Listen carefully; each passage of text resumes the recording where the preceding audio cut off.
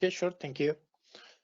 Hello, everyone. I'm Hadi from Colorado State University Civil and Engineering Department, and today I'm very glad to share with you my research on characterization of shifts in hydroclimatology of U.S. river basins over 21st century.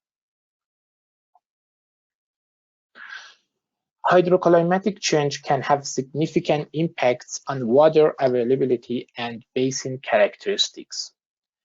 In fact, future assessment of long-term shifts in regional hydroclimatic conditions in advance can help water manager and decision makers to mitigate potential consequences such as agriculture, environment, economy, society, and ecosystem. So, in this study, we are assessing changes in regional hydroclimatic conditions of U.S. river basins over the 21st century. Hydroclimatic shifts in response to climate change were projected by movements in the Budyko space. Okay, as you may know, hydroclimatology is the interaction between climate and hydrology. So shifts in hydroclimatic conditions can be characterized by projecting changes in climate and hydrological parameters. Okay, first, climate projections. For projecting changes in climate variables, we need the MACA climate dataset. The MACA climate dataset includes 20 climate models, which are downscaled for the United States at the grid size of 4 kilometers. As you see, future climate scenario can be categorized in terms of changes in precipitations and changes in temperature. In this study, we have selected 3 scenarios as wet, dry, and the middle of this range. The second step is to project changes in hydrological component. The Variable Infiltration Capacity or WIC model was implemented in this study to evaluate the hydrologic responses of 3 climate change scenarios.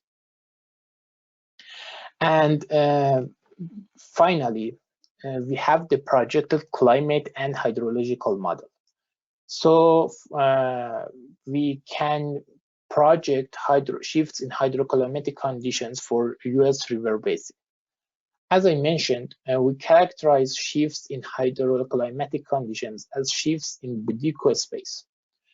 Budyko space describes relationship between the evaporative index and aridity index. It's called Budyko because the Budyko was the first person who has found an empirical relationship between the aridity index and evaporative index, which you can see here, for example, with the black line here, is this curve. The evaporative index can be defined as P minus Q to precipitation, which is P is precipitation and Q is stream flow. And this P minus Q can be also expressed as the actual evaporation. So the evaporative index is actual evaporation to precipitation, and the aridity index or dryness index can be also defined as potential evapotranspiration to precipitations. In addition, shifts in Budyko space can be identified by direction and magnitude. As a simple way, shifts to the right means warmer and drier conditions, and shifts to the up means that the basin will experience less runoff. The direction determines regional differentiation, and the magnitude of change represents the most sensitive areas.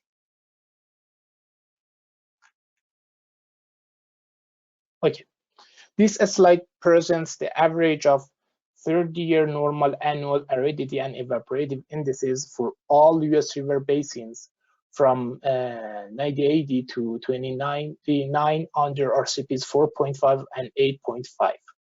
I should mention that for the U.S. river basin, I mean Hutch 8 river basin scale.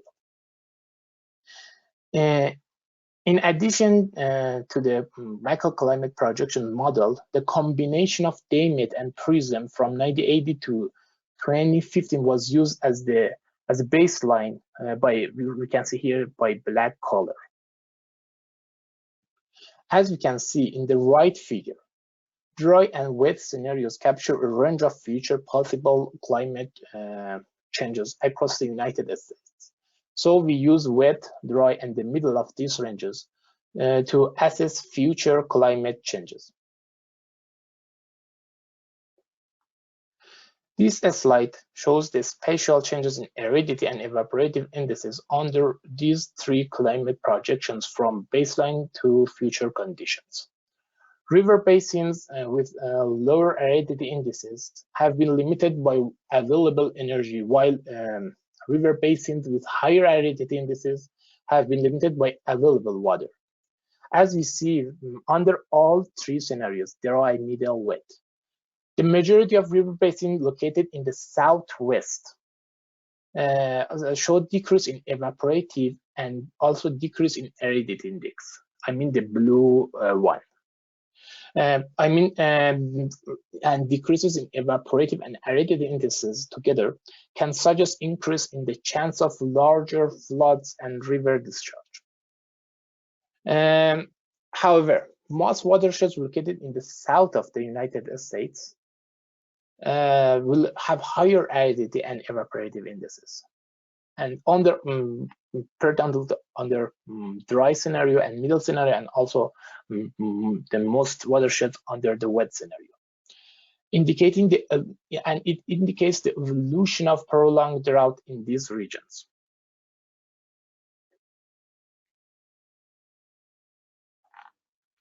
Okay. Now we can see US river basins movement on Budyko space. Under wet scenario, it can be seen that there are significant numbers of watersheds which have changed and moved toward their theoretical water and energy limits. I mean, the majority of watersheds have tended to become more energy limited, which also results in a high river discharge. We can see as in overall, we can see the total directions and magnitude, and also it's the frequency for the wet scenario, such as a wind or speed. Under the middle scenario, there are not a specific trend for all H8 basins. The majority of watersheds, however, in the west and also in the east moves to the right, and in the central moves to the right, which the right means warmer and drier conditions. And under the dry scenario, the majority of watersheds deviates from the theoretical energy limit or move to the right. It means that the fraction of energy turned into heat is increasing. So the majority of these watersheds are getting warmer and drier under the driest climate scenario as we expect. The magnitude, I should mention, the magnitude of the change is large along the southwest. Here the arrow with the different colors show the different magnitudes, and the magnitude of the changes is large along the southwest of the US under all three climate change scenarios. The magnitude of change, as I mentioned, reveals the most sensitive areas. Thus, we can conclude that hydroclimatic conditions of the southwest of the United States has the highest sensitivity to climate change. Okay. With changes in climate and land use, river basin may shift from one climate type to another. In this study, changes in spatial climate types were projected using the Köppen climate classifications. This classification system divides US river basins to dry, temperate, and continental. A machine learning method was used in MATLAB to divide Budyko space to three regions based on the Köppen climate classification, as we can see in the middle figure. First figure shows the climate zones of the United States based on the Köppen climate classifications. And this figure, the right one, using show the climate classification using a machine learning method, which it does what's the SVM. And it has about, you can see they are not completely like each other's, and it has about 78% accuracy. As we see in the following figures, the down figures, under the driest scenario, the majority of watersheds in the southeast of the US are changing from temperate to continental climate zones. And additionally, aridity increases the arid regions in the middle of US, leading to expansion of arid climate zones. We can see here under the driest one. Changes in projected hydroclimatic variables are further used to project spatial changes in the physiographic regions. United States can be subdivided into 8 physiographic regions. With changes in climate and land use, river basin may also shift from one physiographic region to another one. In this study, changes in the spatial extent of physiographic regions were also projected using the Budyko space, with the same procedure as Köppen climate classifications.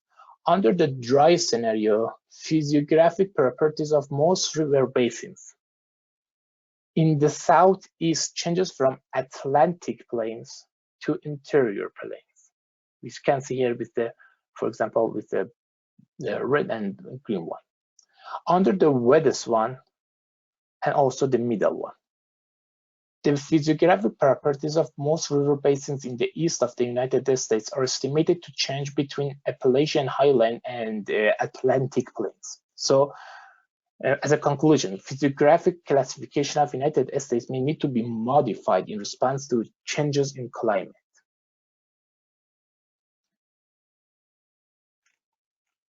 Okay, 3 conclusions can be made here. The first one, the results indicate hydroclimatic responses vary from a river basin to another because of differences in basin characteristics, regional climate, and also physical processes of each given river basins. Second one, the results indicate that H8 river basins in the same neighborhood follow a specific movement or systematic shifts in Budyko space, indicating that there should be a common water and energy balance adaptation to regional shifts in climate.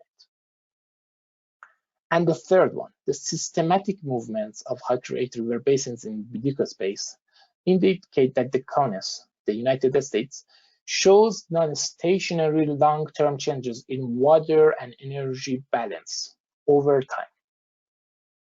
These findings challenge the stationary assumptions of the theoretical Budyko curve, which means, the traditional relationship between the aridity and evaporative indices. Maybe this relationship may be insufficient to predict future water and energy cycles. Okay, thank you.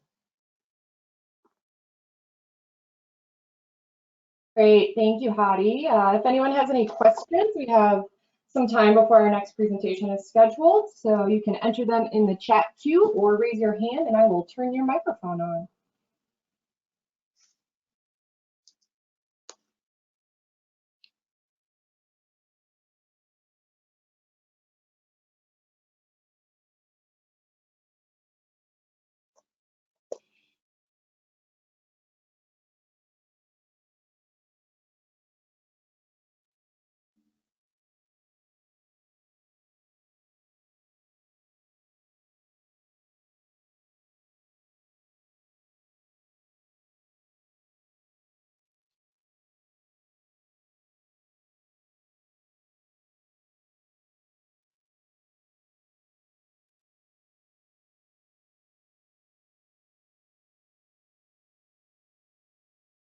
Okay, well, I haven't seen anything pop up, but we do have a couple minutes before our next presentation. I'm just going to keep us on time, so we'll just take a little 5-minute break, and when we come back, we'll move on to David Woodson.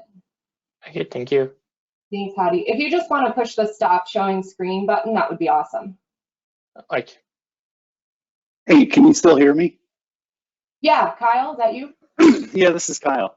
Hadi, this is a really great presentation. If there's time for a question, I was kind of wondering about, I think your analysis kind of assumes a stationarity of seasonality of hydrology in the future. And I wonder if you've put any thought into what happens with some of the seasonal shifts in rainfall and temperature that might be expected instead of just looking at annual trends. can you hear me? Yes. Okay, actually, this is a good question. But when I'm using the Budyko space is for a long-term shifts in climatic conditions, and it usually used as in the at annual step. So using the Budyko space and the the evaporative and aridity shifts in evaporative and aridity indices, I'm not able to capture seasonal variabilities. So, but for example, I've seen in different literature review which shifts in precipitation and snow may shifts in the hydrological parameters of US river basins. So it's a good question, and I agree with you. Which we need to also capture the seasonality shifts in seasonality in the river basins.